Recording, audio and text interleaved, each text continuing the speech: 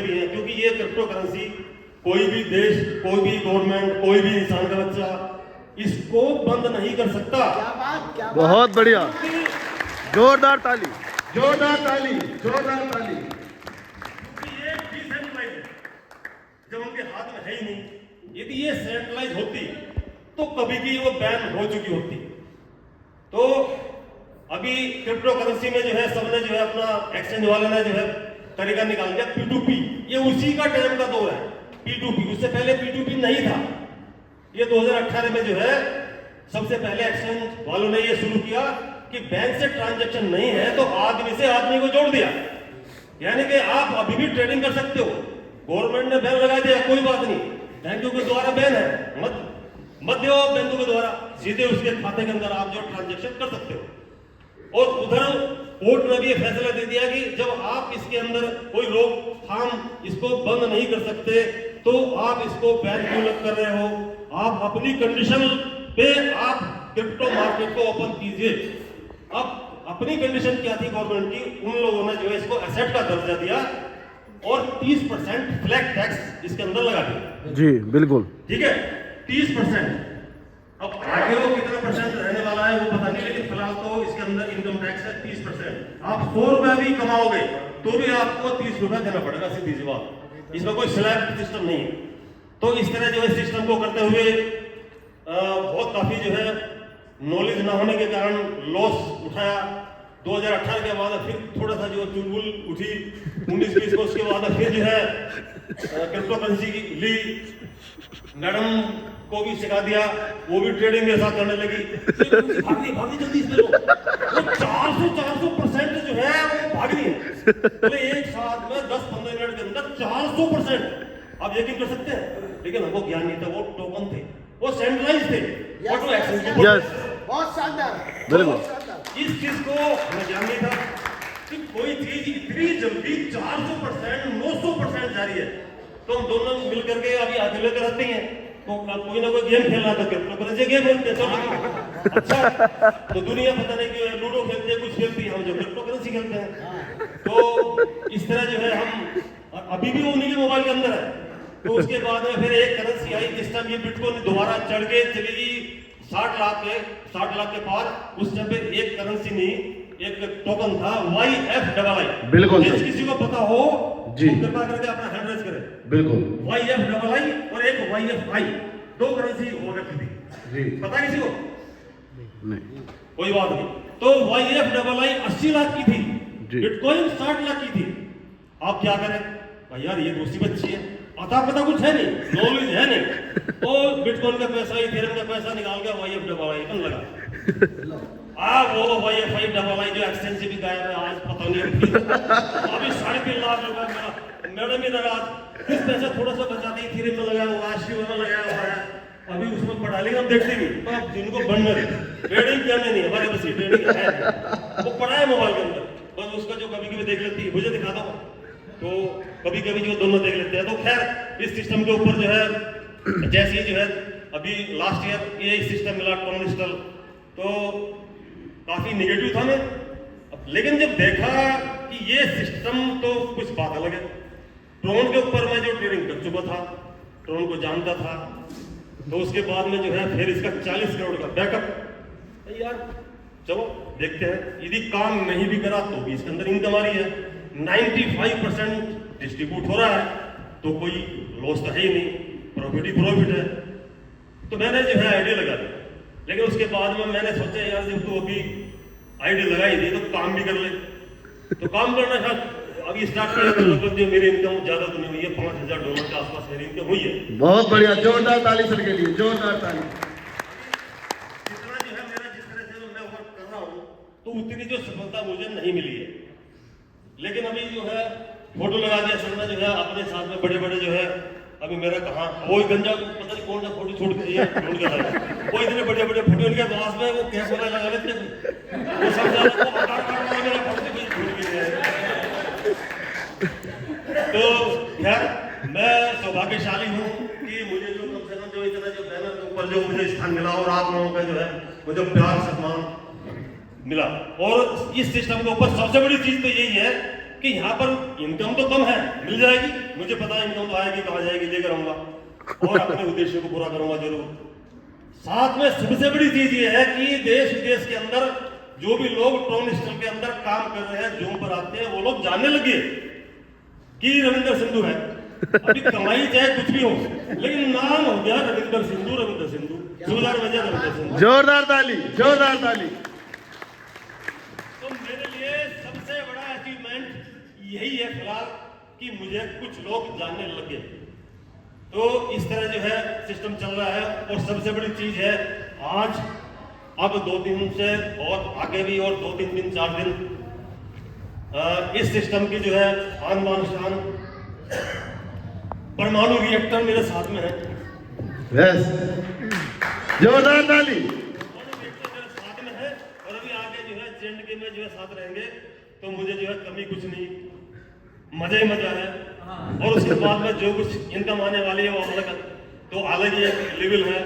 तो दोस्तों, यदि आप इस सिस्टम के ऊपर आ चुके हैं, काम आप जो है यदि थोड़ा भी करेंगे, अकॉर्डिंगली जो आपको जो ट्रेनिंग मिली है उसके अनुसार प्लान देंगे, पेशेंस बनाए रखेंगे, तो आपको बहुत बड़ी इनकम यहाँ से मिलने वाली है। तो साथियों, एक अपना एक्सपीरियंस और छोटा सा जो मैं शेयर करूंगा, यदि आप लोग बोर नहीं हो रहे होंगे। हेलो जी, कंटिन्यू। सुनने प्लीज, बस 2 मिनट और। तो क्योंकि हर एक अब आर्मी के अंदर तो है इस तरह कोई बोलना इस तरह आता नहीं है। वैसे जो मतलब दुनिया भर के जो यानी कि 100, 200, 500 आदमी है, उनको हम लोग जो कमांड कर लेते हैं, खड़े सबको माँ बहन निकाले, सारे तो नहीं, एक नहीं किया, वो नहीं किया, वो सब डिटेल बनाकर रखते हैं, कोई दिक्कत नहीं है कि ये काम करेगा, वो काम करेगा, ये करा। लेकिन सिविल बनने के बाद में इतना जो हौसला अभी तक तो नहीं था भाई। वो कहां से आया? जूम स्टेशन पर बुलवाया गया, उसके बाद में धीरे धीरे हौसला। तो अब जो है आप लोग भी रेगुलर जूम स्टेशन पर आओगे और अपनी बातें रखोगे, तो आप कहीं भी आप 4 आदमी के बीच में आप जो है बोल सकते हो, यानी कि आपका कॉन्फिडेंस लेवल जो है हमेशा अप रहेगा। तो छोटी सी हंसी की बात भी है और मेरे लिए की प्रेरणा भी है। एक बात में जो आपने प्रोग्रेस सुनाई थी जी हाँ सर, आपके मुंह से सर जानना चाह रहे हैं कि एक समय आपने वो देखा कि मतलब मौत को बिल्कुल करीब से देखा, जब 2-3 दिन आप बर्फ के अंदर बिल्कुल दबे रहे और आपको ये भी नहीं मालूम था कि आप की सांसें चल रही हैं या रुकी हुई हैं। तो सर आपका वो किस्सा सुनना चाह रहे हैं, तो ये जूम पे कमाल है सर, ये जूम पे कमाल है। तो हम सब लोग सुनेंगे कि जिंदगी और मौत क्या है, रिस्क किसे बोलते हैं। तो दोस्तों, आर्मी वाले होते हैं हमेशा जो अपनी जान वो हथेली के ऊपर जो करेंगे घूमते हैं, आपको पता है, वो मौत से डरते नहीं। यस, सीधी सी बात है, कोई भी हो, चाहे मैं हूं चाहे कोई भी हो, जो भी जिसने भी ग्रीन वर्दी ड्रेस डाल ली, यस, तो उससे डरता नहीं। बिल्कुल। तो उसके माध्यम से मेरा पॉइंट ये रहेगा कि जब फौजी आदमी मौत से नहीं डरता, तो फिर पैसों से आप लोग क्यों डरते हो?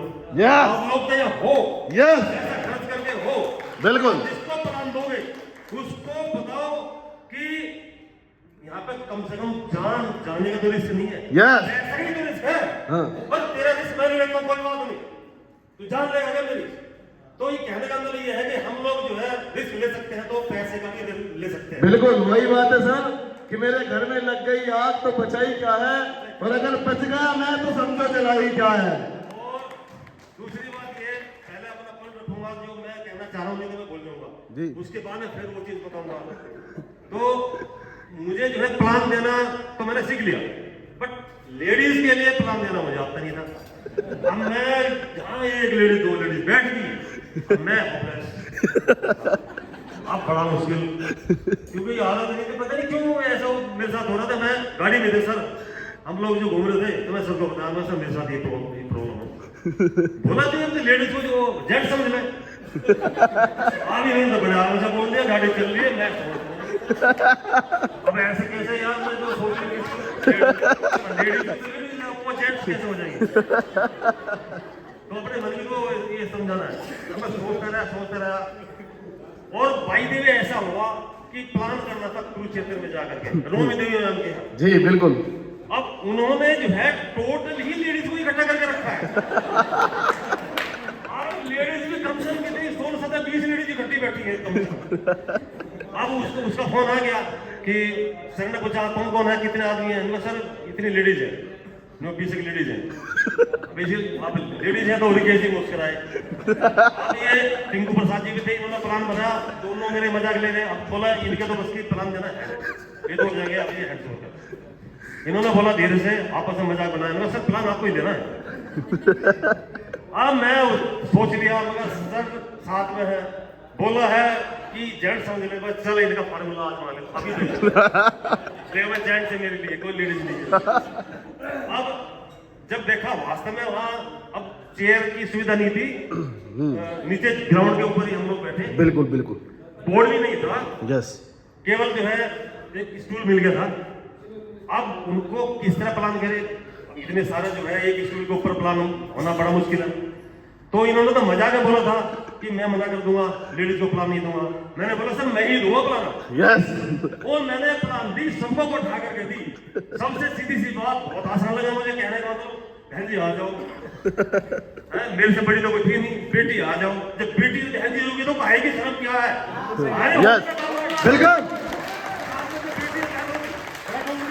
उनके साथ में बैठ गया, उनके बिल्कुल बीचों बीच, ये साइड में सब, लेकिन वो सारी लेडीज मेरे चारों तरफ। मैं उनको प्लान दे रहा हूँ आराम से, बिल्कुल बेधड़क होकर मैंने प्लान दिया।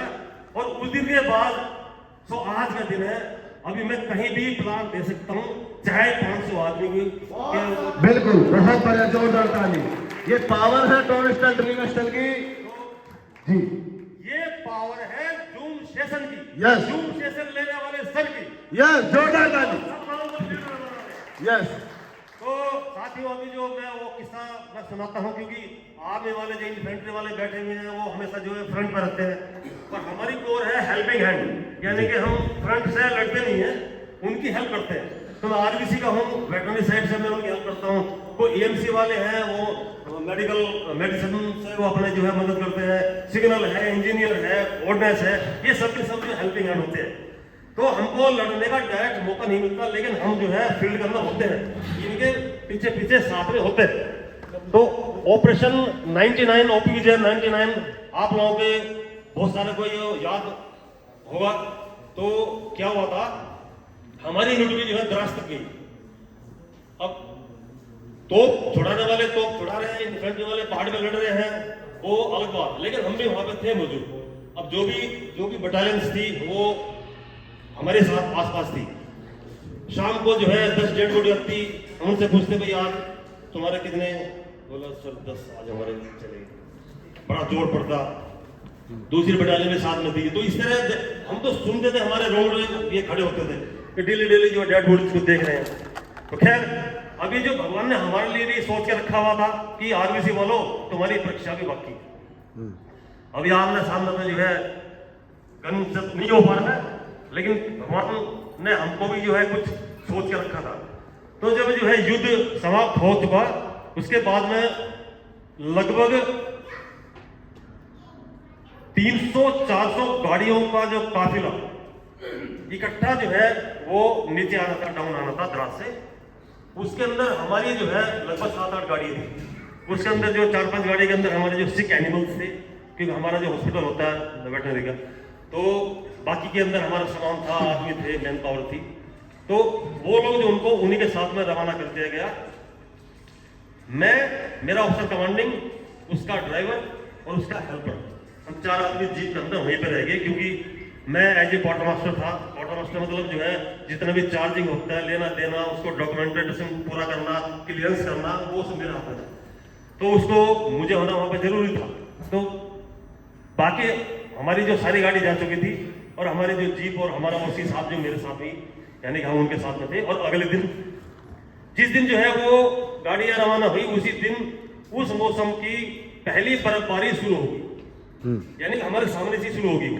हम सामान लोडिंग करा रहे हैं तो बर्फ जो पड़नी शुरू होगी, उसके बाद में उस जगह से गुमरी एक जगह है, कैप्टन मोड़ है, यानी कि सोनामार्ग के ऊपर है। तो वहां तक जो है जाते जाते गाड़ी सबकी सब जो है जाम लग गया, रुक गई। एक ट्रक के फंसने के कारण एक सिविल ट्रक जो है फंस गया बीच में और वो आड़ा हो गया, तिरछा हो गया। तो उधर की पूरी कार्रवाई वो रुक गई। बर्फ पड़ रही है, बर्फ इतनी भयानक थी, पड़ती रहती है लेकिन उस टाइम पे बहुत ज्यादा थी। तो पूरे दिन से वो बर्फ पड़नी शुरू हुई और रात में पूरी गाड़ी जो दबकी, हमारी 4 गाड़ी जिसके अंदर जो एनिमल्स थे वो नाले के अंदर जो है साइड होकर चली गई। बाकी जो नीचे डाउन में थोड़ा और नीचे होकर के रुक गई बर्फ के कारण। कुछ जो है सामान की गाड़ी चली गई, कैजुअलिटी कोई नहीं, आदमी कोई नहीं मरा। तो उन लोगों ने जो अपनी जो है वहां से दिन में अपनी जान बचाई। पास में जो है छोटा सा कैंप हुआ करता आर्मी का, जिसके अंदर जो है 2-4 लोगों के राशन पानी होता है, सीएमपी का, पुलिस का। तो उन लोगों ने जो है इतने सारे आदमी वहां जाकर जान बचाई। तो उन गाड़ियों के अंदर लगभग जो 300-400 आदमी होंगे। खैर उनके पास में कपड़ा तक था नहीं था, कैसे उन्होंने रात गुजारी, बड़ी मुश्किल था। टेम्परेचर था अगले दिन का जब पता लगा -36। कितना? -36। आपको एहसास है जी। तो अब मेरी बात सुन लो, मैं कैसा दबा, मैं तो था पीछे।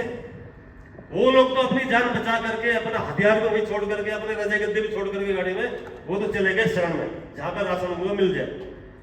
अब जो है मेरा उसी मुझे साथ में लेके आया। इन्फेंट्री वाले खाना लेके आए, तो जाट रेजिमेंट थी, वो खाना ले रहे, कितने सोई आदमी खाना ले रहे, कोई इतने सारे आदमी फंसे हुए वहां पर। तो 60 किलोमीटर दूर पैदल वो लोग वो खाना लेके चल रहे। 60 किलोमीटर उन्होंने सफर तय किया द्रास से गुमरी, ठीक है।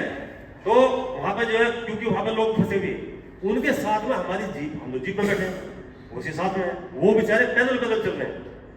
आगे आगे जो है जेसीबी डोजर जो है बर्फ हटाता जा रहा है और हम लोग चलते जा रहे हैं।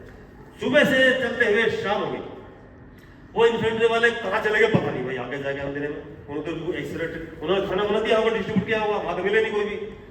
रात में 9 बजे पहुंचे, मेरा सीओ बोलता है कि आप जो है अपनी गाड़ी वालों के पास जाओ, कहाँ है उनका पता लो और हम चलते हैं। मुझे आके लोग छोड़ दिया भाई। रात में 9 बजे सुनसान अंधेरा, कितनी बर्फ पड़ी है, पूरा पहाड़ से रास्ता मिला हुआ, पूरी गाड़ी जो बर्फ अंदर दबी हुई है। मुझे बोलता मेरा सीओ जो है, बोला आप जाकर उनको बता लो। अपने आप चला गया, मैं आ गया। मेरे पास में ठंडा की शूज, वो बर्फ पे नहीं, और लेदर के शूज, और स्लीपिंग बैग के अंदर जो है वो गर्म वाला कपड़ा नहीं, क्योंकि जरूरत ही नहीं, वो उस टाइम जब पहले पड़ी थी, पहला बर्फ था। अब जो है मैं चलता चला गया, एक हाथ में बैग टंगा, दूसरे में बिस्तर सिर पे रखा। तो पगडंडी जो बर्फ के अंदर जो है चलते चलते हो जाती है, उतनी गहरी थी वो। इधर पूरा बर्फ ऐसे मिल रहा है खाई के साथ में। तो जहां भी चलते हैं तो इतना जो निशान हो जाता है। इन्फेंट्री वाले गए होंगे बेचारे, तो इतना जो निशान, और वो धीरे धीरे करते करते रात में गाड़ी कैसे पता लगी, ना दिखाई देता, ना कुछ पता नहीं है। धीरे धीरे करते करते बहुत सारी गाड़ी क्रॉस करी। लगभग 1 किलोमीटर को पार करने में मुझे लगभग रात में 12 बज गए। आपको उम्मीद है 3 घंटे के अंदर 1 किलोमीटर रात में। तो वो मेरा जो है परीक्षा का दौर था। जाके जो है हमें जो हमारा डोगी था वो दूर से जो ठोकरा था, तो मुझे एहसास हुआ कि गाड़ी हमारी है, ये डोगी है। उसकी वजह से मैं उसकी जो है उसके सहारे से मैं गाड़ी तक जैसे तैसे पहुंच गया, लेकिन गाड़ी खाली आदमी तो है नहीं कोई, ये कहाँ वाकई भाई। अब मुझे भूख लगी, सुबह का जो खाना खाया हुआ, शाम को भूख लग रही, और वो भी अकेला हूँ। अब अकेला, ठंड इतनी ज्यादा, बहुत ज्यादा ठंड। खैर वो डोगी जो था वो साइड में, वो नाले के साइड में जो गाड़ी चली गई थी, तो उसके अंदर था। मैं उसको जो है उसको बचा भी नहीं सकता था, यानी कि उसको अपने साथ में खोल कर ला भी नहीं सकता था, इस कंडीशन में गाड़ी थी, वो भी अंधेरा। तो खैर उसको ऐसे जो शांत किया, उसको थोड़ा हौसला मिला, बट मैं अपना जो है अपने इसमें लग गया। अब जो है जैसे तैसे करके मुझे जो जगह मिल गई मेरी गाड़ी के अंदर। गाड़ी के ऊपर से बर्फ है पूरा कंप्लीटली भरा हुआ, आगे पीछे बीच में गैप में। अब जो है मैं ये सोच गया आज तेरे जो है दी एंड है, लास्ट डे है, क्योंकि कपड़ा नहीं मेरे पास ना। मेरे पास में क्लोथिंग जो है एल्टीट्यूड का क्लोथिंग नहीं था। अब जो है इतनी ठंड, रात में नींद आए, 12 बज गए। 12 बजने के बाद नींद आए, कांप रहा हूँ बुरी तरह से, जो है शू लोहे हो गए, वो निकल कर थे। अब नींद नहीं आ, पता नहीं किस टाइम।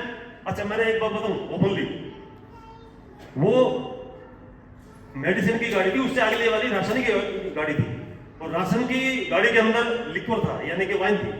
और मैं सुबह से भूखा, बिना पानी के मैं सोच रहा काश यार वो मिल जाए ना मुझे, मेरे पास मिल जाए, मैं पी के सोचूं।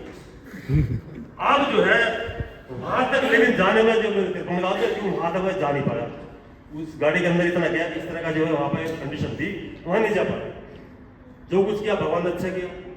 यदि मैं वो काम कर लेता, मैं वास्तव में सुबह तक जिंदा नहीं मिलता, क्योंकि इतने कोल्ड के अंदर आर्मी में भी शाम को इस नियुक्त थी पीने के लिए अलाउड नहीं है, क्योंकि वो जम जाएगी। जब हार्ट के अंदर पेट के अंदर जो कोई जो है पानी जम जाएगा, यस, मरना निश्चित है। बिल्कुल। तो भगवान ने मुझे वहां तक नहीं पहुंचने दिया, बेटे तो रहेगा तो जिंदा ही। तो खैर जैसे तैसे जो है मैंने जो पता नहीं कब नींद आई, मुझे नहीं पता लगा, बस ये प्रभु का नाम लेकर के बच्चों का जो है नाम सच है कि भगवान है मगर फिर भी अनजान है, ये तो सच है कि भगवान है ताली ताली ताली। मगर फिर भी अनजान है, धरती पे छोड़ा है हम मोटलियां,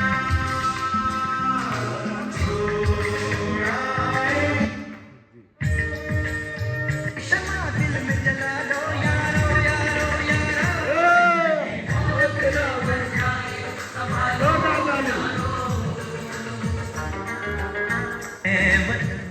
बस थैंक यू।